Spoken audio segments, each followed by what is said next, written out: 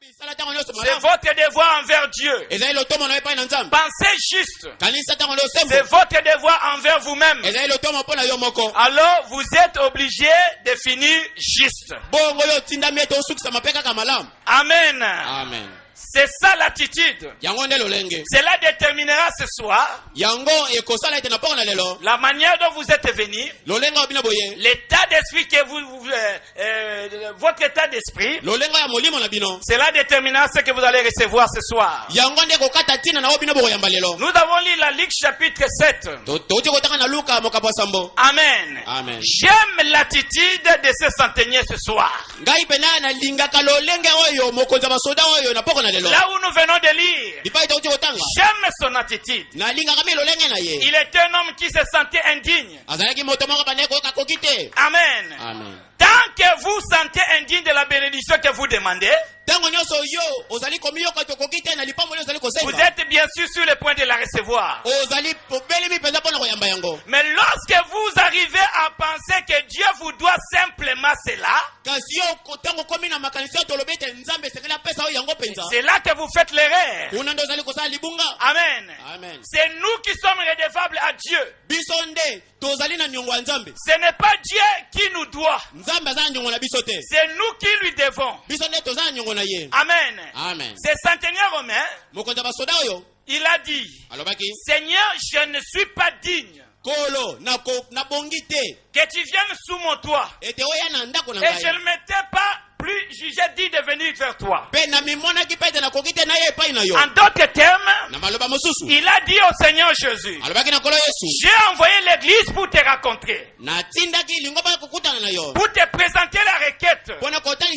Mais j'ai foi. Je sais que tu es un homme soumis à des supérieurs, au-dessous des autorités. Il dit, comme moi aussi, je suis soumis à des supérieurs. Il dit, tu n'es pas obligé de venir ici et imposer les mains sur mon serviteur. Tu n'es pas obligé. Il dit, mais là où tu es, tu peux seulement dire un mot. Tu peux seulement prononcer la parole. J'ai la foi et je crois que mon serviteur, il sera guéri. Remarquez maintenant. Soyez sûr de saisir ceci. Il a dit, il disait au Seigneur Jésus, je suis un homme aussi qui est je suis un homme soumis à des supérieurs. Si je dis à cet homme, va faire ceci, il le fera. Si je dis à celui-là, viens ici, va là-bas, il obéira. Il dit, si toi tu peux seulement dire un mot, je crois qu'on t'obéira. Vous savez, il a considéré le pouvoir. Il a reconnu que c'était le Fils de Dieu. Et que chaque maladie, chaque démon lui était soumis. Il a reconnu ça. Et Jésus-Christ était le Fils de Dieu. Chaque maladie, chaque démon était soumis au Seigneur Jésus. Et tout ce qu'il avait à faire, c'était de prononcer seulement la parole. Ce n'était pas de prier. Non. Simplement prononcer la parole. Amen. Amen. Il avait la foi. C'est un chantier comme toi et moi. Amen. Amen. Regardez ce qu'on a parlé pour lui. Lorsqu'il a envoyé les Juifs pour aller raconter le Seigneur Jésus, et les Juifs ont témoigné pour les centeniers. Il a dit, Seigneur, c'est un homme bon. Il fait des aumônes. Il a construit nos synagogues. Tu mérites de lui donner ce qu'il te demande. Jésus-Christ ne restera jamais avec la dette de quelqu'un. Amen. Amen. Si vous lui donnez, Et il va vous les remettre. C'est ça Jésus. Il s'est souvenu de ses bienfaits. Et il a regardé la foi des centeniers. Alléluia. Amen. Et il a témoigné aux Juifs. Parce que les Juifs aiment l'imposition des mains. Dans la maison de Jairus, il voulait que Jésus impose la main sur son enfant. Mais les gentils et quoi? C'est par la foi que nous sommes sauvés. Alléluia. Amen. C'est par la foi. Gloire à Dieu. Amen. Alléluia. Amen. Je voudrais que vous puissiez adopter aussi cette attitude ce soir. Amen. Amen.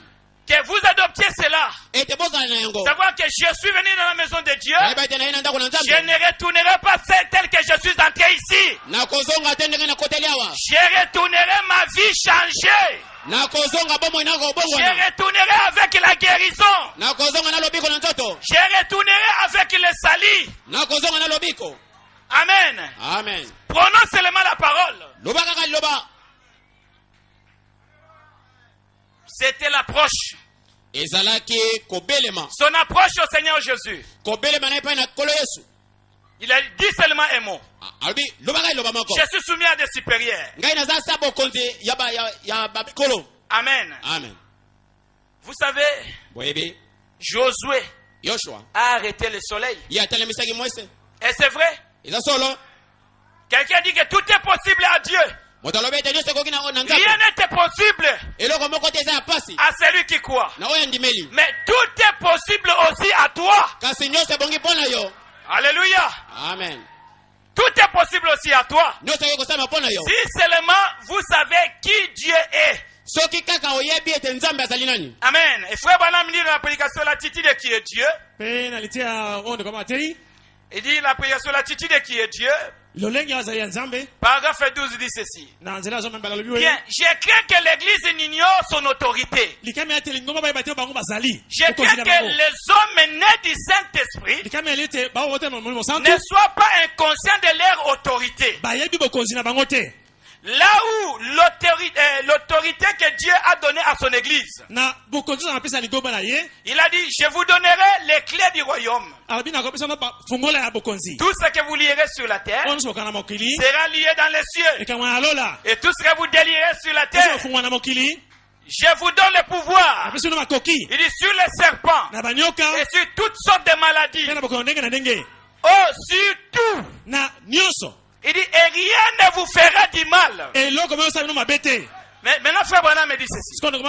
Il dit, exercez votre foi. Déliez-la.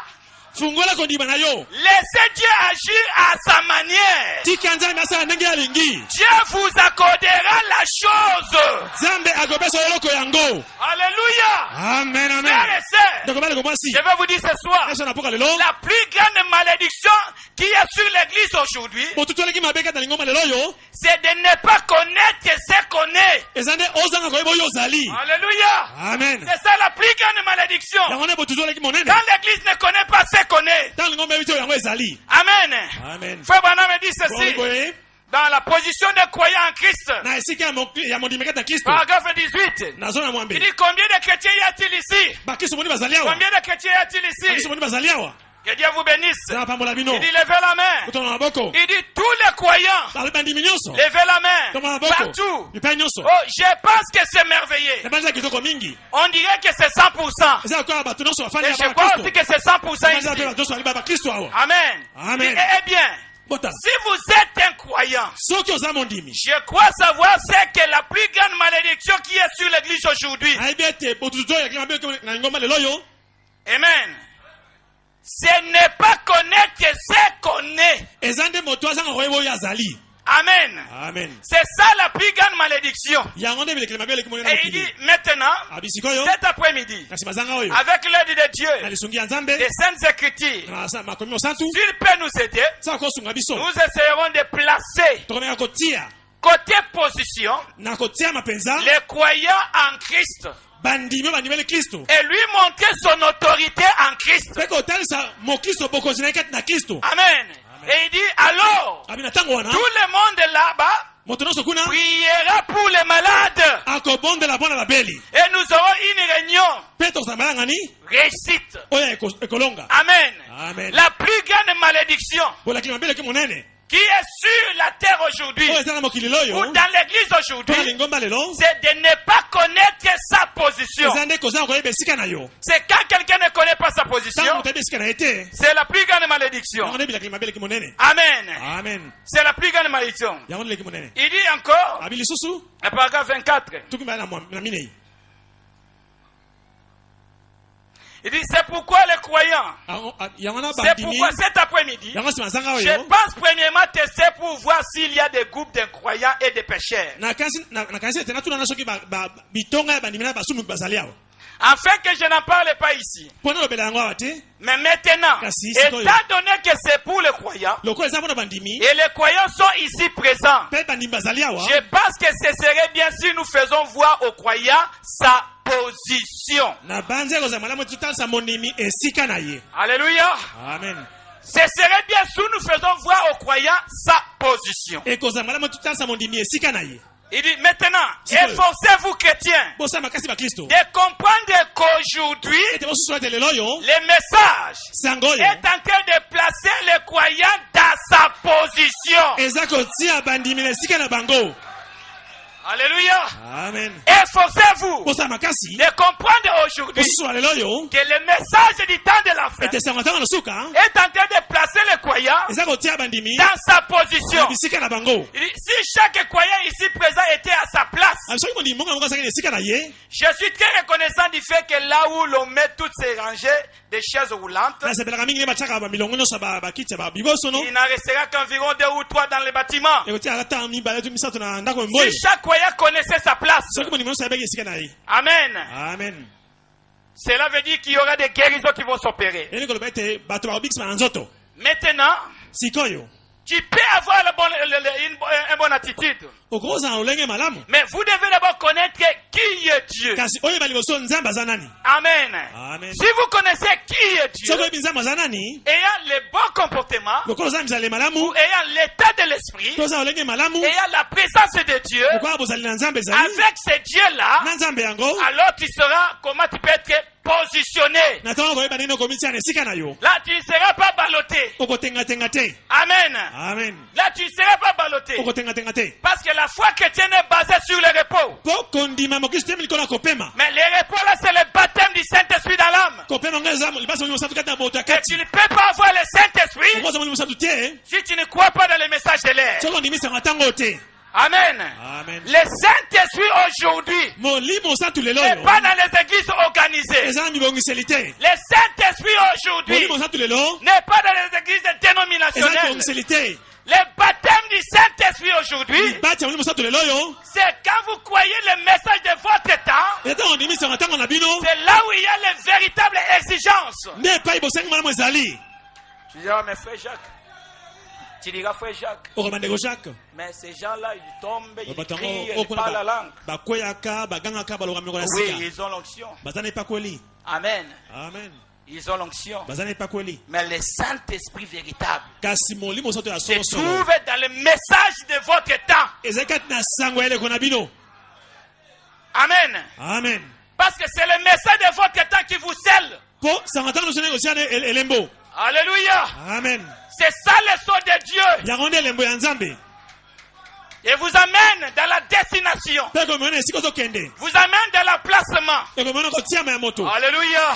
Amen. Oh, merci Seigneur Jésus. Les hommes peuvent voir qui est Dieu. Comme ça, nous allons décoller nous tous. Amen.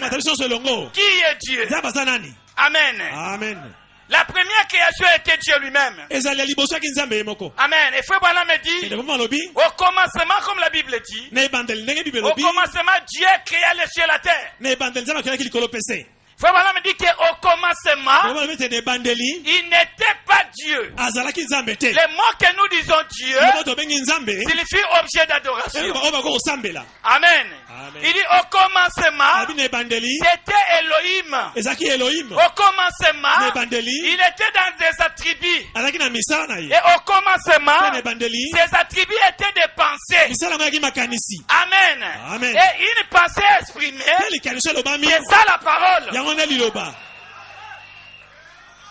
Et au commencement, nous disons avant le commencement, c'était Elohim.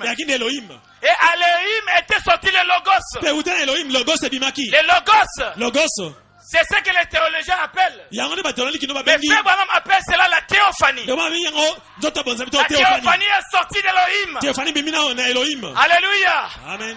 Et le Logos qui est la parole, qui est la théophanie, a commencé à créer. Amen. Et nous étions à lui. Et Frère Branham me dit, dans la prédication, qui est ce Melchisédek? Paragraphe 48. Il dit, remarquez, ceux qui ont ce soir la vie éternelle étaient avec lui et en lui, dans sa pensée. Alléluia. Amen. Si vous avez la vie éternelle aujourd'hui, je vous dis ce soir que vous étiez avec Dieu et vous étiez en lui. Dans sa pensée. Il dit avant qu'il y ait un ange, avant qu'il y ait une étoile, un chérubin, pourquoi que ce soit donc, ça c'est être éternel. Et il dit encore, si vous avez la vie éternelle, écoute une chose, vous avez toujours existé. Amen. Si vous avez la vie éternelle, vous avez toujours existé. Amen. Cela veut dire que vous êtes des êtres éternels. Amen. Il dit non pas votre être ici, mais la forme que le Dieu infini vous a donnée. Parce que Dieu doit être infini. Nous sommes limités, mais il est infini. Amen. Vous croyez qu'il est omniprésent? Il est omniscient et il est omnipotent. S'il ne l'est pas, alors il n'est pas Dieu. Il connaît toutes choses. Il est à chaque endroit. À cause de son omniprésence. Et Frère Branham me dit, l'omniscience, le fait à devenir l'omniprésent. Vous savez que Dieu c'est un être. Amen. Et il dit Dieu a une maison. Il habite dans une maison. Alléluia. Frère Branham me dit ça. Il habite dans une maison. C'est pour cela que Jésus pouvait dire, dans la maison de mon Père, il y a plusieurs demeures. Alléluia. Il dit Dieu a une maison. Il habite dans une maison. Mais étant omniscient, sachant toutes choses, Amen. Cela les rend omniprésents. Amen. Parce qu'il sait tout ce qui se passe. Amen. Il ne peut pas y avoir des pistes qui clignent des yeux sans qu'il sache des gens. Ils avaient cela avant la fondation du monde. Et vous aussi, vos yeux, vos statues, et tout ce que vous étiez dans sa pensée, dès le commencement, vous étiez à Dieu. Amen. Et tout ce que vous êtes, c'est l'expression parole. Alléluia. Tout ce que vous êtes, c'est l'expression parole. Amen. Il dit, après l'avoir pensé, il a prononcé et vous voilà. Il dit, si ce n'est pas ainsi, si vous n'étiez pas dans sa pensée, il n'y a aucun moyen du tout pour vous d'être un jour là-bas.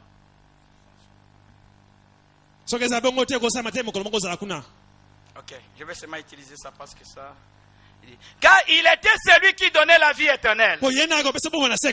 Amen. Amen. Donc vous, tel que vous êtes là, vos statuts et tout ce que vous êtes, vous étiez dans la pensée de Dieu avant la fondation du monde. Amen. Amen. Vous étiez sous forme de pensée. Et Dieu vous a exprimé. Parce qu'il est souverain dans son choix. Il est souverain dans son choix. Il savait toutes choses. Amen. Amen. Voilà même la Bible dit que vos noms ont été écrits dans le livre de vie de l'agneau. Avant la fondation du monde. Amen. Amen. Et vous étiez avec lui. Regardez ce qui s'est passé. Elohim. De lui est sorti le Logos. Amen. Qui est la parole. Amen. Et le Logos a commencé à créer. Remarquez une chose.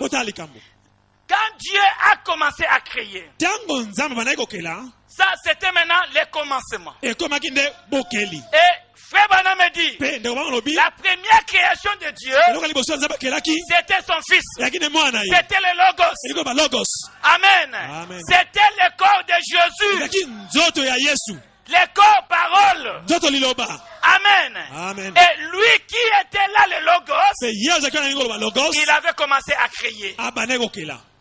Nous entrons maintenant dans le commencement. Les premiers jours, Dieu a créé ceci.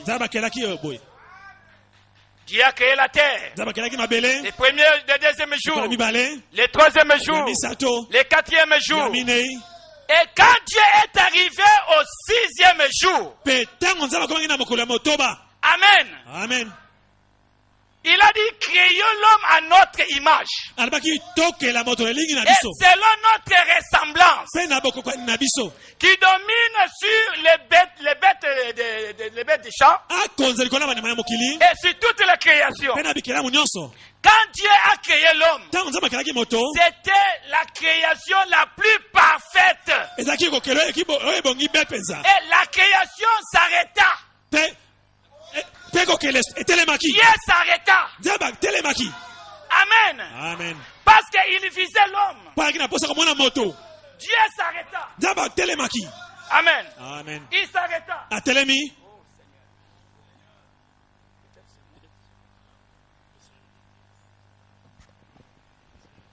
Dieu s'arrêta. Amen. Parce que la chose finale que Dieu visait, c'était l'homme. Que l'homme soit créé à son image. Et selon sa ressemblance. Il devait donner à l'homme l'autorité. Il devait partager l'héritage avec l'homme. C'est ça le but pour lequel Dieu a créé l'homme. Pour que toi, mon frère, tu sois un Dieu sur la terre. Que tu domines. Que tu aies l'autorité. Que tu possèdes toutes choses. C'est la raison pour laquelle Dieu avait créé Adam. Amen. Et le premier homme que Dieu avait créé, dans Genèse chapitre 1er, Genèse 1, verset 26 et 27. C'était un homme esprit. C'était un homme théophanie. Amen. C'était un homme céleste. Amen. C'était un homme immortel. Adam était créé pour ne pas mourir. Adam était créé pour être parfait. Amen. C'est un homme sans péché. Et cet homme-là, il vivait par la parole. Alléluia. Amen. Et cet homme-là, son nom était écrit dans le livre de vie de l'agneau avant la fondation du monde. Et Adam, il possédait la vie éternelle. La vie Zoé. Il avait la chose réelle. C'était la théophanie. C'était les choses réelles d'Adam. Maintenant, qu'est-ce que Dieu a fait? Il a voulu maintenant mettre cet homme dans la forme humaine. Avoir les mains comme les singes. Les pieds comme ours. Amen. Maintenant, cet homme ici que vous voyez, c'est un homme terrestre. C'est la chair. Et en lui, il y a l'imperfection. En lui, il y a la mortalité. Il est même né dans le péché. Amen. Il vit dans le monde. Il aime le monde. Amen. Son nom est écrit dans le livre de vie. Et cet homme que nous voyons dans la chair, il a besoin de la nouvelle naissance. Alléluia. Et ce qu'il a, c'est seulement le négatif. Amen. Mais le positif de l'homme, c'est sa théophanie. Alléluia. Mais la frère Branham me dit, qui est l'homme? L'homme que Dieu avait créé. Qui est l'homme? Dans la prédication, le Messie dit ceci. Il y a quelque chose à propos de l'homme. C'est un Dieu. Alléluia. Amen. Il y a quelque chose à propos de l'homme. C'est un Dieu. Il fut fait pour être un Dieu. Son but ici, sur la terre, c'était d'être un Dieu. D'avoir la domination sur tout ce qui se trouve sur la terre. Oh là là là là. Oh là là. Il dit maintenant que cela ne vous trouble pas. Amen. L'homme a été créé pour être un Dieu. Amen. Amen. Pour avoir la domination sur la terre. Amen. Amen. Il est Dieu amateur. Alléluia. Amen. Et la prédication de Messie paragraphe 37 ici. Il dit, et maintenant, nous disons que dans l'homme, avant de laisser ce sujet, il dit, l'homme, qu'est-il? Il a une main comme Dieu. Il a des yeux comme Dieu. Il a des oreilles comme Dieu. Il a un corps comme Dieu. Et il fut fait à l'image de Dieu. La terre et l'autorité lui furent données. Il fut fait Dieu sur la terre pour le gouverner. Il dit, un petit Dieu. Dieu gouverne l'univers et tout. Mais la terre fut donnée à l'homme pour qu'il la gouverne. Il était un Messie. Il dit, c'est ce qu'il est ce soir. Ce n'est pas moi, c'est frère Branham. Il dit, c'est ce que l'homme est ce soir. Il est un Messie. S'il retourne à Dieu, il est un Messie. Un petit Messie. Amen. Et le mot Messie signifie un oint. Amen. Il dit, aujourd'hui, tout homme qui a reçu le baptême du Saint-Esprit est loin du même esprit que Jésus de Nazareth. Qui allait ça et là, faisant du bien et guérissant les malades. Frère Branham t'écrit, dit, oh là là là là, cela me fait du bien de savoir qu'il vit aujourd'hui. Alléluia. Amen. Nous avons été créés pour être des dieux. C'est pour cela que dans l'épisode me dit, nous sommes des dieux assis dans l'assemblée des dieux. Alléluia. Amen. Gloire à Dieu. Maintenant, quelle est la différence entre Adam et Jésus? Parce que Adam, tous ont un seul dénominateur commun. Amen. Amen. Tous ces dieux. Tous sont des fils de Dieu. Tous sont nés sans sexe. Mais Adam a été un être créé. Et Jésus c'est le créateur. Adam c'était Dieu amateur. Mais Jésus c'était Dieu dans la chair. C'est ça la différence. Alléluia. Amen. C'est pour ça que la doctrine de troisième Adam n'a pas l'efficacité. Alléluia. Amen. Parce que le premier Adam a été créé. Amen. Amen. Et frère Branham me dit, Adam, il était mort. Resté dans la tombe. Mais Jésus-Christ, il était mort et il était ressuscité. C'est ça la différence. On ne peut jamais comparer Adam et Jésus. Amen. Alléluia. Amen. Il avait perdu le titre de la propriété. Il avait perdu la parole. La parole qui lui donnait les droits, l'autorité de posséder toutes choses. Adam avait perdu cela. Mais quand Jésus est venu, le rédempteur de toutes choses, il a ramené le titre de propriété qu'Adam avait perdu et il a donné cela à l'épouse. Alléluia. Amen. Gloire à Dieu. Adam pouvait perdre le titre de propriété, mais il ne pouvait pas reprendre cela. Mais Jésus, il pouvait mourir comme Adam. Le troisième jour, il est sorti de la tombe. Il a amené captif la captivité. Parce qu'il était le rédempteur de toutes choses.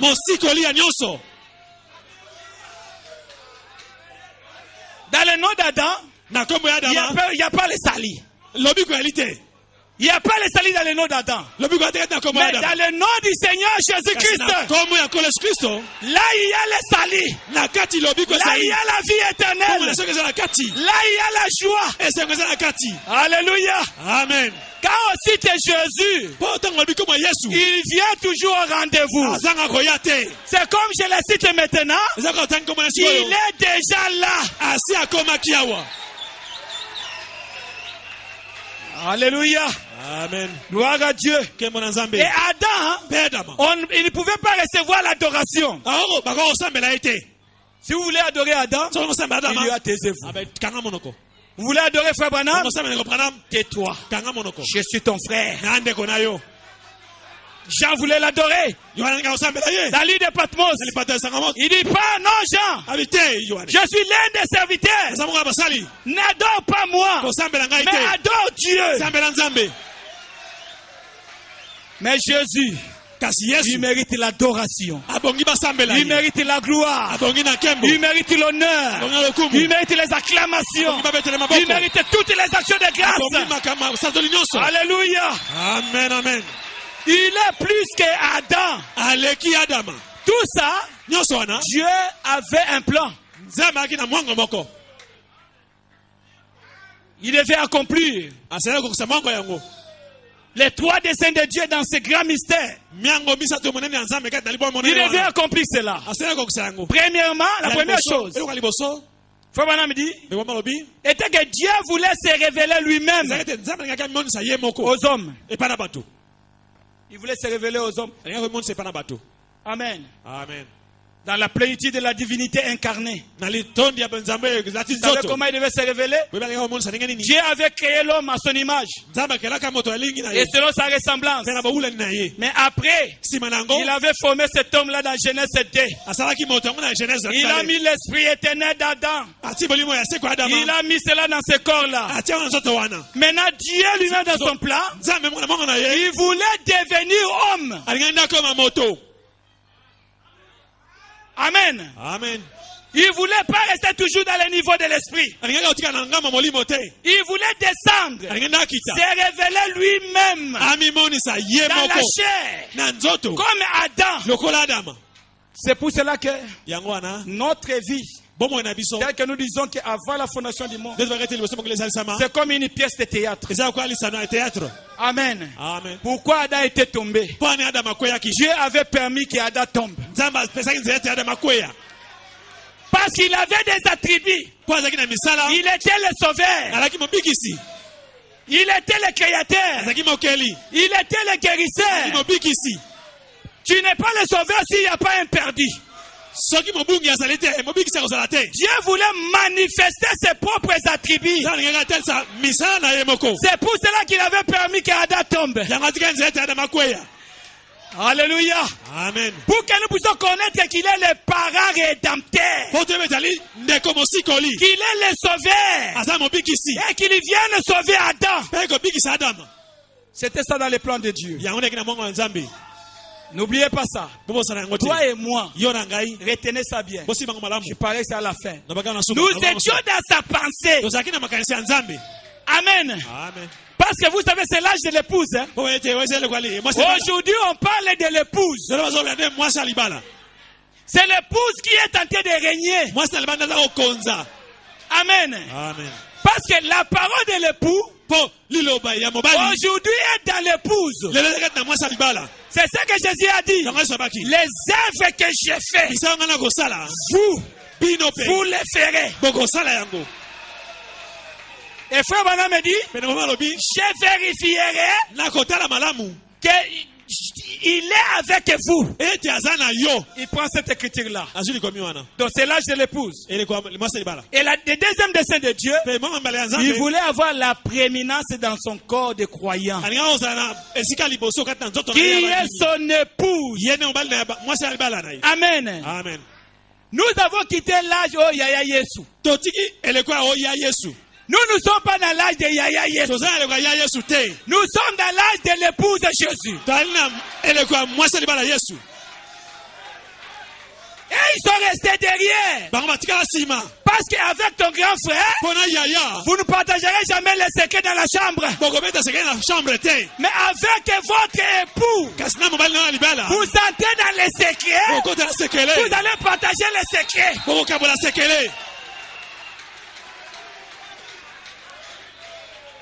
C'est l'époux Jésus. C'est pour cela que le prophète dit. Tout ce que Dieu était, il a déversé cela en Christ. Et tout ce que Christ était, il a déversé cela dans l'épouse. La manifestation aujourd'hui, c'est Dieu dans son église. Dieu dans l'épouse. Toi, tu deviens Madame Jésus.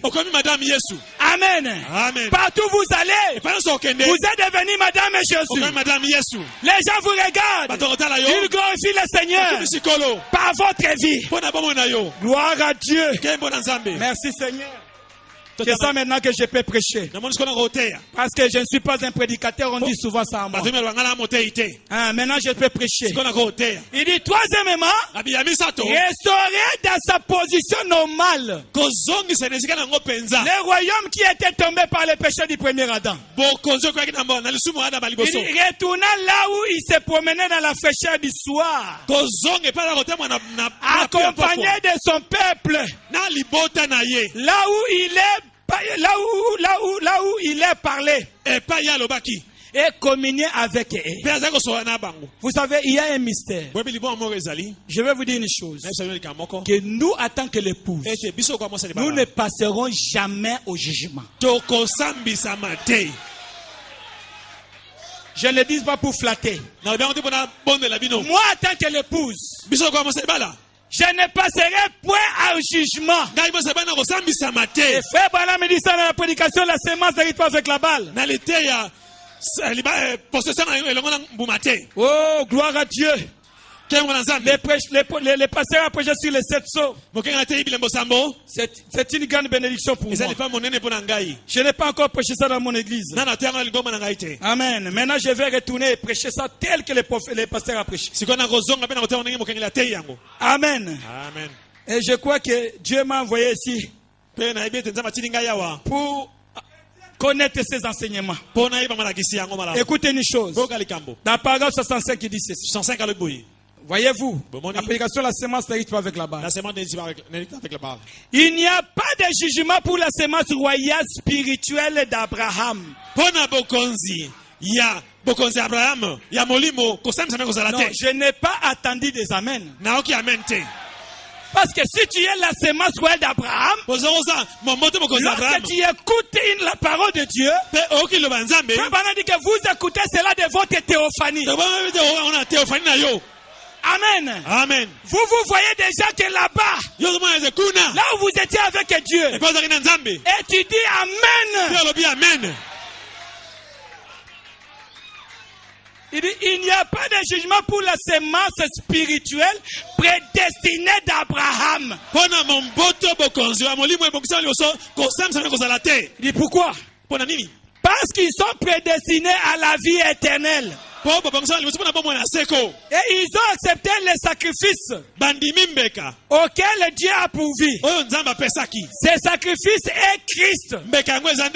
La parole. Il n'y a maintenant aucune condamnation pour ceux qui sont en Christ Jésus. Amen. Romains chapitre 8:1. Il dit, ne marchez pas selon la chair, mais selon l'esprit. Amen. Et il prend Jean chapitre 24. Jean 5:24. C'est lui qui attend ma parole. Le mot signifie comprendre. Attendre signifie comprendre. Parce que n'importe quel Yvonne peut entendre et s'en aller. Amen. Il peut attendre et s'en aller. Il dit, mais celui qui attend ma parole, comprend ma parole, croit à celui qui m'a envoyé, à la vie éternelle, et n'entrera pas en jugement, mais il est passé de la mort à la vie.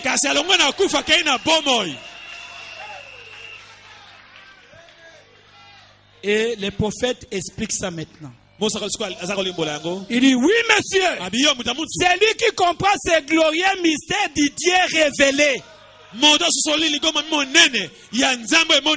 Comment Dieu était en Christ, réconcilier le monde avec lui-même. Comment lui et le Père étaient un. Ainsi que le grand mystère de l'accomplissement de Dieu, qui se présente lui-même, manifesté dans l'âge des êtres humains, accompagné des êtres humains. Écoutez bien.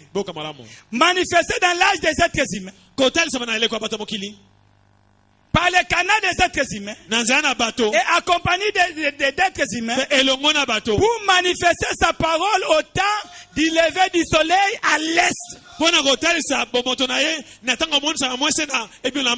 faire la même chose alors que le soleil se couche à l'ouest. De se manifester dans une église épouse.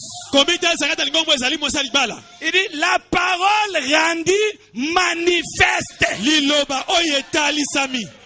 Alléluia. Il dit, vous voyez, c'est lui qui comprend. C'est cela savoir. C'est lui à qui cela a été révélé par celui qui m'a envoyé. À la vie éternelle. Et ne viendra pas en jugement, mais il est passé de la mort à la vie. Frères et sœurs, la divinité aujourd'hui est dans l'épouse. La divinité n'est pas au ciel.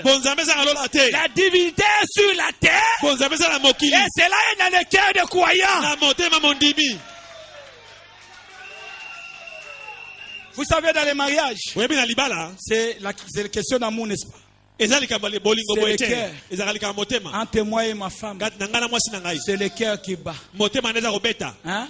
Comme aujourd'hui, j'ai totalisé 11 ans d'anniversaire du mariage. Il m'a appelé. Elle dit, chérie, comment vous allez? Vous savez qu'aujourd'hui, c'est le 11e année d'anniversaire. Et j'ai lu entre les lignes quand elle me parlait. Si tu n'es pas en Christ, si tu n'es pas dans les messages, tu ne comprendras jamais les messages. Tu peux faire un effort de comprendre.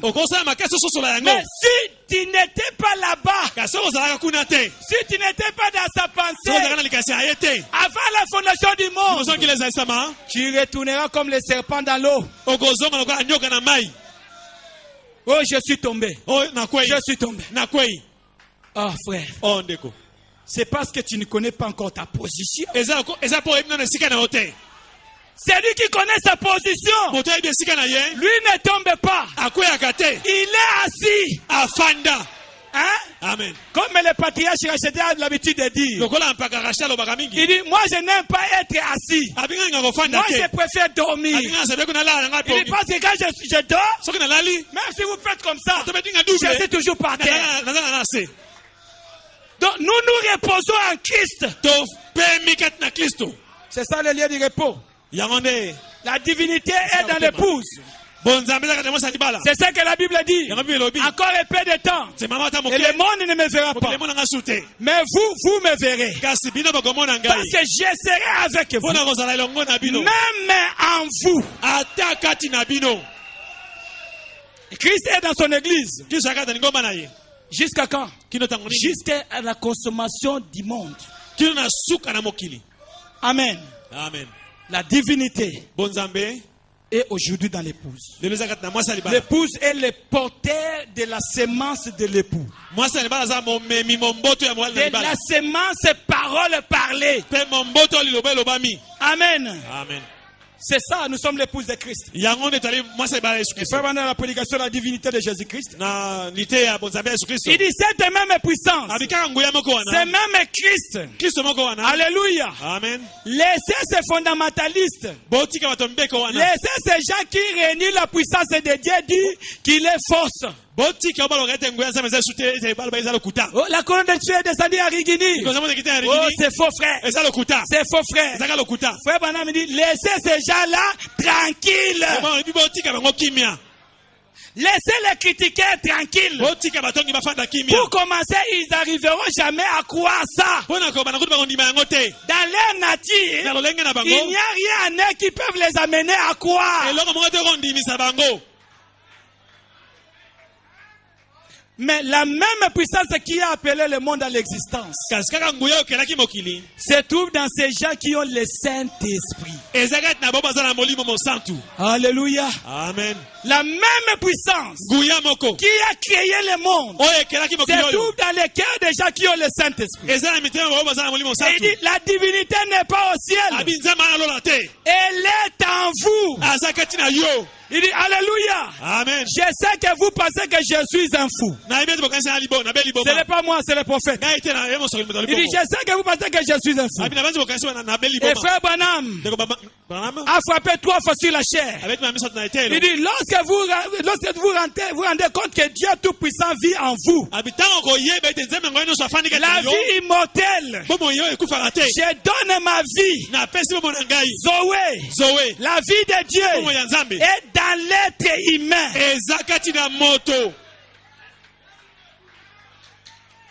Amen. Amen. Et là, vous retournez dans les mêmes qualités qui étaient en Christ. Et non seulement ça, mon frère. La divinité qui est en vous, votre cœur devient le trône de Dieu. Vous savez, Dieu a eu 3 trônes. Le premier trône de Dieu était au ciel. C'est ce que nous appelons le trône de jugement. Et le second trône était en Christ. Amen. Amen. Et le troisième trône est dans l'homme. Amen. Amen. Christ était le trône de Dieu. Quand il est venu au ciel, le trône de jugement était au ciel plutôt. Le trône de jugement était au ciel. Même dans le tabernacle de Moïse, c'était vous entrez dans les lieux saints des saints. Amen. C'est là où se trouvait la parole. C'est là où la verge d'Aaron avait bourgeonné. C'est là où se trouvait la gloire de la Shekinah. Mais un jour, la gloire de la Shekinah était sortie. Parce que Dieu avait changé le temple. Il avait changé le tabernacle. Dieu était devenu la chair. Au commencement était la parole. La parole était avec Dieu. Et la parole était Dieu. La parole a été faite chair. C'était le temple de Dieu. Le tabernacle de Dieu. Et Dieu s'était tabernacle ce jour-là. Dans la personne de Jésus-Christ. Et Jésus parcourait partout, il disait, Vous pouvez parler à mal de moi. Cela vous serez pardonné. Vous pouvez parler à mal. M'appeler Belzéboul. Dire n'importe quoi. Cela vous sera pardonné dans cette génération. Il mais quand le Saint-Esprit viendra, c'est lui qui parlera le mal contre le Saint-Esprit. Il ne lui sera jamais pardonné, ni dans ce siècle, ni dans les siècles à venir. Alléluia. Et le Saint-Esprit habite dans des hommes.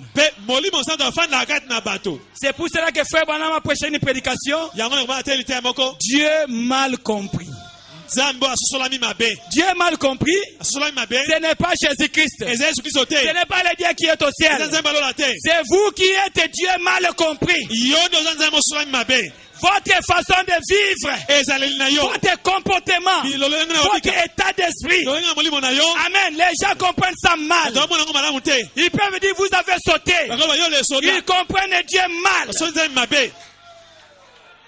Lorsqu'ils vous voient guérir les malades, ressusciter les morts, s'ils disent c'est du diable, ils ont parlé contre le Saint-Esprit.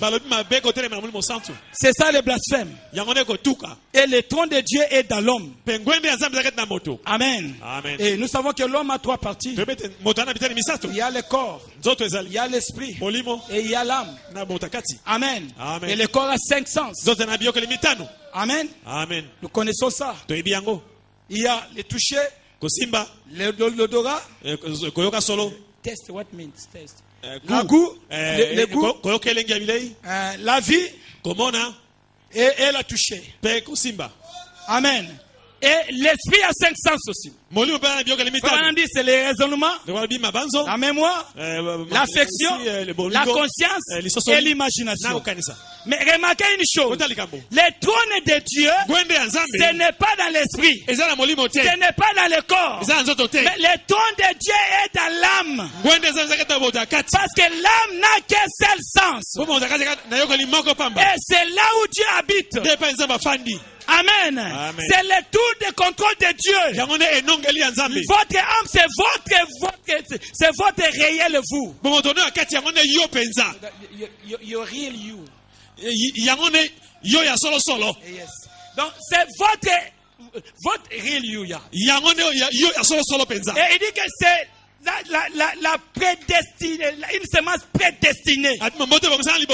C'est ça votre âme. Et votre âme, c'est ça le temple du Saint-Esprit. Amen. C'est pour cela que Dieu habite dans les cœurs des croyants. Et c'est ça même le trône de jugement. Écoutez, frère, on me dit la prédication, le 24e, paragraphe 233, 234, 235. Je vais seulement lire quelque chose ici, parce que je vais terminer bientôt. Et maintenant, écoutez attentivement. Un jour, la gloire de la Shekinah s'est retirée de ce trône de grâce. Et s'est établi dans un autre tabernacle. Celui-ci, le Père ne juge personne, mais il a remis tout jugement au Fils. C'est le trône de jugement de Dieu. Si vous parlez contre moi, il vous sera pardonné. Là, c'est Jésus. Écoute. Il annonce la venue d'un autre. Un autre trône de la grâce. Il dit, parlez. Vous pouvez parler contre le Fils de l'homme. Et je vous pardonnerai. Mais un jour, le Saint-Esprit viendra habiter dans les cœurs des hommes. Une seule parole contre lui ne sera jamais pardonnée. Amen. Amen. Quand le Saint-Esprit viendra habiter dans l'église, une seule parole contre les gens là, il ne vous sera jamais pardonné. Le trône de Dieu, le Dieu est dans son trône qui est l'église. Et Frère Branham va plus loin. Paragraphe 280 dit, où se trouve le trône de Dieu aujourd'hui? Parce que quand on parle de cœur, on peut parler même les pentecôtistes, même les luthériens, même les catholiques. Écoute ce que Frère Branham dit. Frère Branham dit ceci. Où se trouve le trône maintenant? Il dit dans les cœurs. Il dit dans les cœurs de qui? Des membres de cet âge de l'église. Du corps de Christ. Si vous dites un mot contre ce qu'ils font, vous êtes condamné. Et vous répondez de cela au jour du jugement. Et qui jugera la terre? Il dit, ce sont les saints qui jugeront la terre. Frère, nous comprenons maintenant qui est Dieu. Et quelle attitude que nous devons avoir. Maintenant, je vais vous dire une chose. Comme tu connais qui est Dieu, quelle attitude que vous pouvez avoir. Maintenant, écoute chose. Ce que vous confessez, c'est ce qui peut arriver. Ce que le centenier avait confessé, c'est ce qui lui est arrivé. Il a dit, je ne suis pas digne que tu viennes sous mon toit. Je suis un homme soumis à des supérieurs. Quand j'appelle un serviteur, je l'envoie, il obéit. Quand je l'appelle, je l'envoie, il obéit.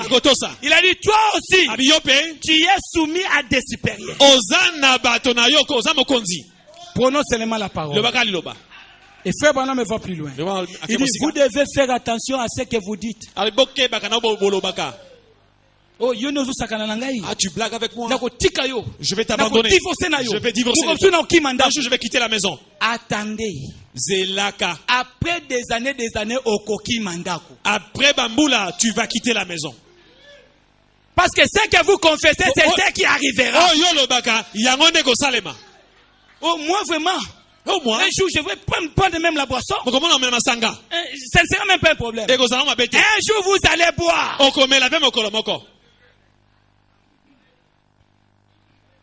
Ce que vous confessez, c'est ce qui arrive. C'est ça même la loi de l'identification. Amen.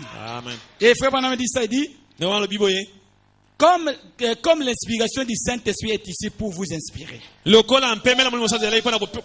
Rappelez-vous, Dieu amènera votre corps à obéir à votre confession. Alléluia. Dieu amènera votre corps à obéir à votre confession.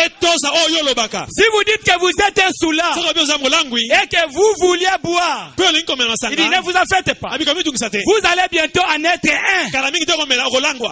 Si vous dites que vous êtes un pécheur et que vous voulez pécher, vous vous retrouverez des dents sans faute. Parce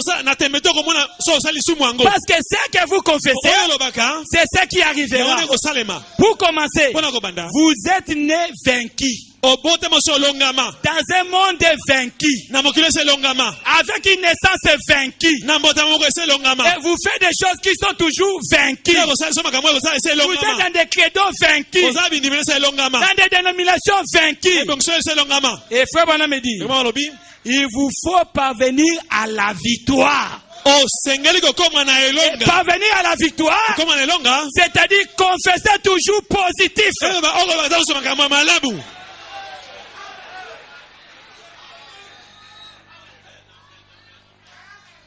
Vaincre, c'est résister. Amen. Quand il y a une tentation, vous résistez. C'est ça, vaincre. Amen. Il y a un problème, vous résistez. La tentation, vous résistez. C'est ça, vaincre. Amen. Et Jésus nous a appris comment le faire. Dans l'humilité. Amen. Nous vaincons dans l'humilité. Amen.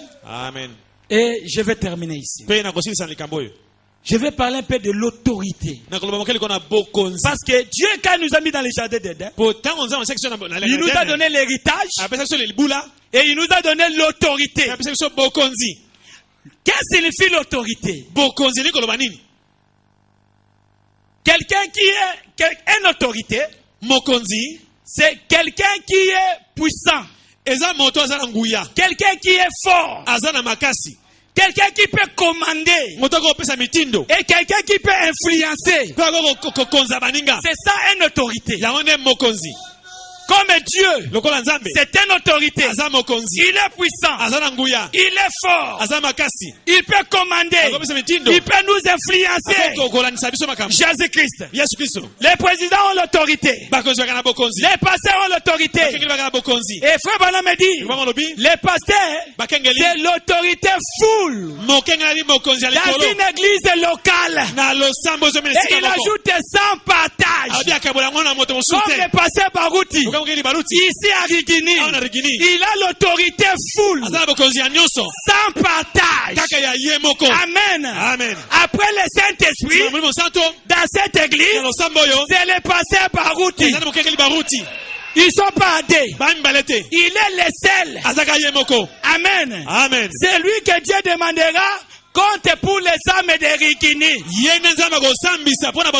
Il a l'autorité. Quand il y a des problèmes, Beka se présente. Quand il est là, tout est réglé. Les pasteurs, c'est l'homme le plus sage de l'église. Il n'y a pas un homme qui est plus sage que le pasteur. Non. L'homme le plus sage de l'église, c'est le pasteur. Il peut se tenir là. Il vient avec la main cachée. Les gens peuvent résoudre les problèmes. Ils n'arrivent pas. Mais quand Beka vient, et le Saint-Esprit directement lui parle. Dis ça. Dis ça. Dis ça. Dis ça. Et quand il dit à la personne, c'est fini. Amen. Amen. C'est fini. La personne trouve la solution. Amen. Amen. Parce qu'il a l'autorité. Il a le pouvoir. Sans partage. C'est comme le roulage. Alléluia. Amen. Et les croyants aussi ont l'autorité. L'épouse aussi a l'autorité. Comparable à un roulage. Il se tient là au Pengaba. Même si vous êtes les tracts de n'importe combien, il y a des tonnes, combien de tonnes. Il a seulement le sifflet. Il se tient là avec les bâtons. Peut-être le revolver à côté. Il est peut-être à côté de la route. Mais quand il voit que ce camion-là est suspect, il va se présenter au milieu de la route. Il prend le sifflet. Il met dans la bouche. Il élève sa main. Ce n'est pas à lui de fuir les tracts. Les chauffeurs doivent faire les manœuvres pour arrêter les tracts. Frère.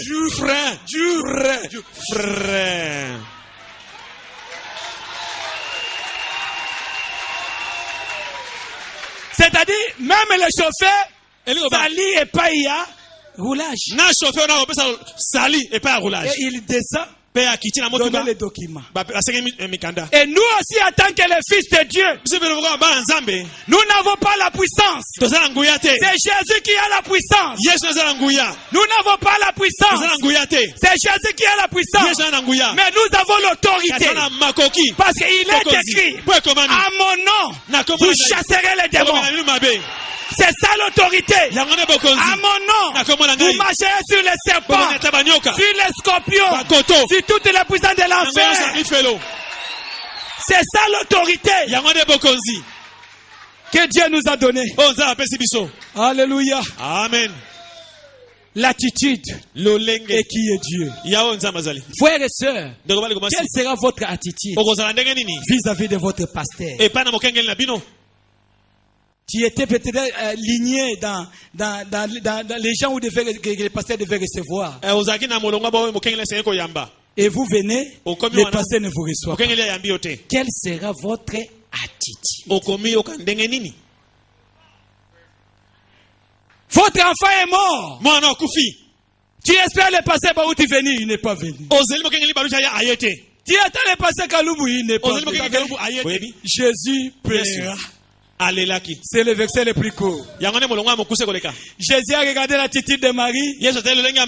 Il a regardé le bien que Marie faisait. Il avait oué le Seigneur avec des parfums. Il avait donné l'argent de la construction de l'église. Il avait soutenu le Seigneur. Lorsque le Seigneur était rejeté, et Jésus a pleuré. Jésus n'a pas pleuré devant Marthe. Non. Il a seulement pleuré devant Marie. Il y avait quelque chose entre Marie et Jésus. Amen. Amen. Parce que Marie avait la révélation des parfums. Avait la révélation des données. Il n'avait pas la révélation seulement de recevoir. Alléluia. Amen. Beaucoup de gens aujourd'hui ne sont pas bénis parce qu'ils aiment seulement qu'on leur donne. Ça m'étonne. Dans l'Ancien Testament, quand un croyant, quand un Israélite allait rendre visite à un prophète, parce que les prophètes de l'Ancien Testament, c'est les prédicateurs dans le Nouveau Testament. Quand ils allaient rendre visite à un prophète, ils amenaient toujours quelque chose pour soutenir les dons. Mais aujourd'hui, ce sont les croyants qui viennent piller les pasteurs. Mais comment voulez-vous être béni? Venez avec l'attitude. Amen. Amen. Et Marie était là. Je saute ça. Amen. Amen. Et Jésus a dit allons-y. L'attitude de Marie a amené Jésus à ressusciter Lazare. Frère, nous devons savoir là où nous allons. Même la reine de Séba, elle avait une attitude vis-à-vis de Salomon. J'ai remercié le Seigneur. J'ai compris que les cieux ont la révélation maintenant. Les pasteurs viennent, ils étalent les pages. Ces jours-là, quand je venais, je voulais bien piétiner. Je dis, moi, je ne suis pas dit laisser au pasteur parce que parce que lui qui vient avec l'onction. Quand vous aimez votre pasteur, vous élevez votre pasteur, Dieu est obligé de bénir cette église-là. La reine de Séba, elle a écouté la nouvelle de Salomon. Elle a dit que je pars, je vais là-bas. Elle a pris l'or, les diamants, les aromates, et tout. Le frère Bana me dit, elle dit ceci, je pars là-bas. Si je trouve que c'est le vrai don qui se trouve à Baruti Kasongo, Binjadi, si je trouve que c'est le vrai don, mon enfant est guéri. Mon mari a eu le travail. Je vais soutenir. Mais si je ne vois pas ça, je dois retourner avec les dons.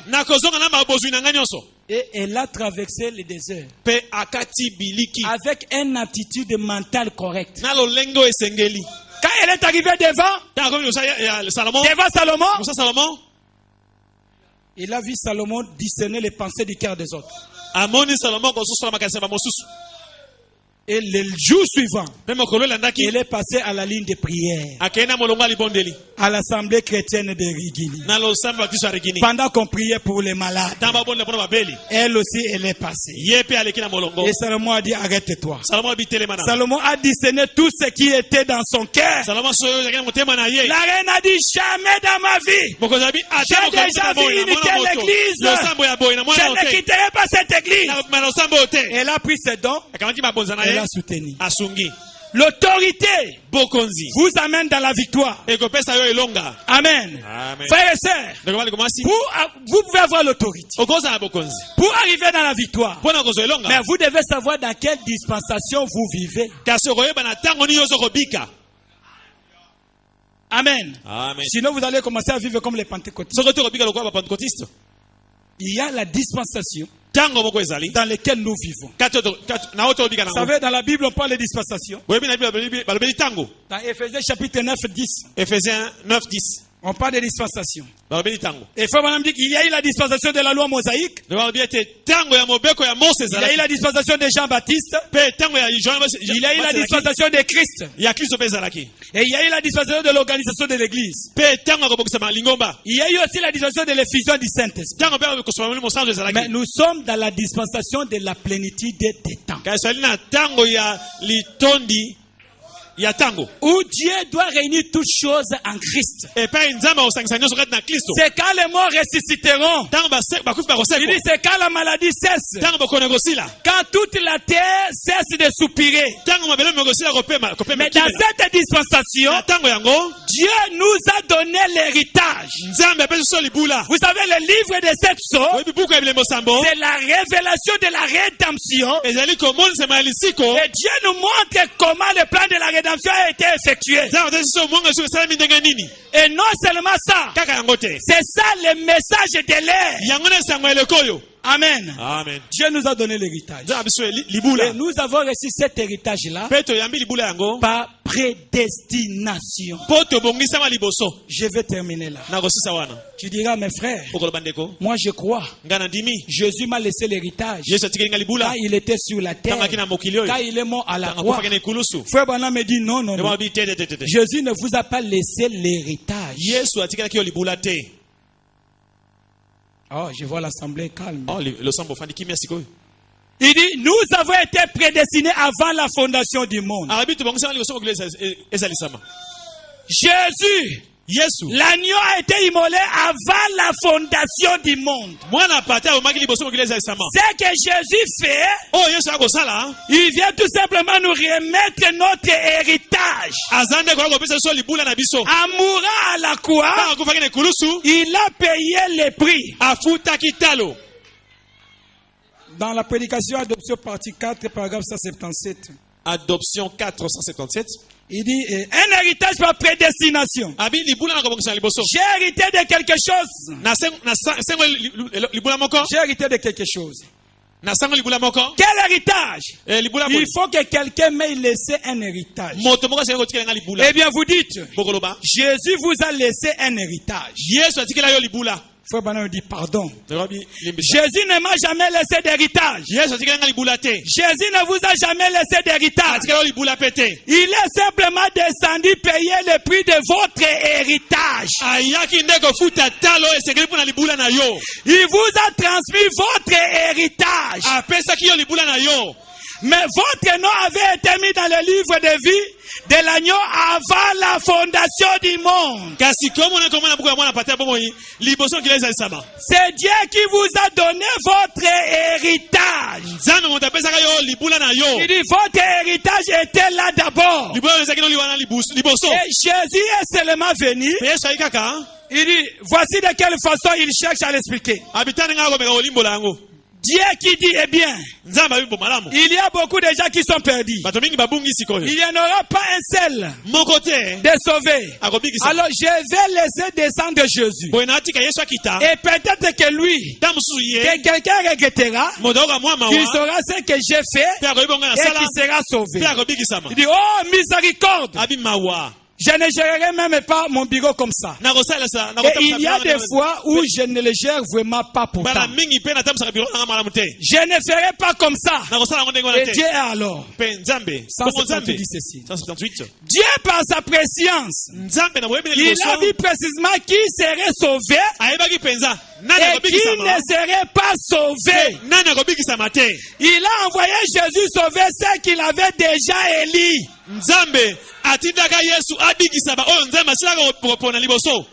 Paul n'a-t-il pas dit plus haut qu'il nous avait élis en lui avant même que le monde existe. Et vous pouvez lire même dans l'adoption partie 5. Paragraphe 71-79. Frère Branham dit, Jésus nous a transmis notre héritage.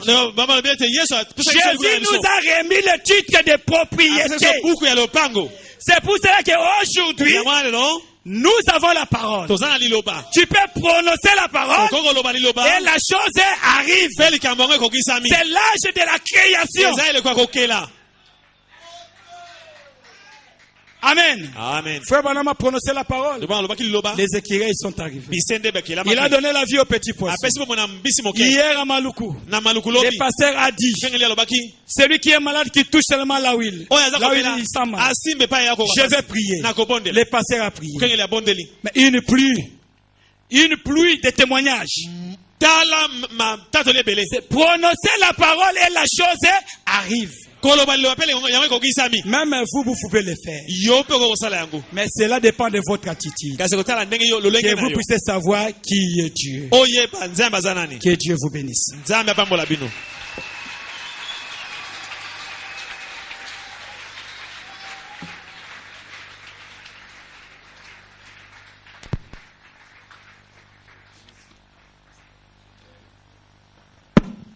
Nous allons nous lever.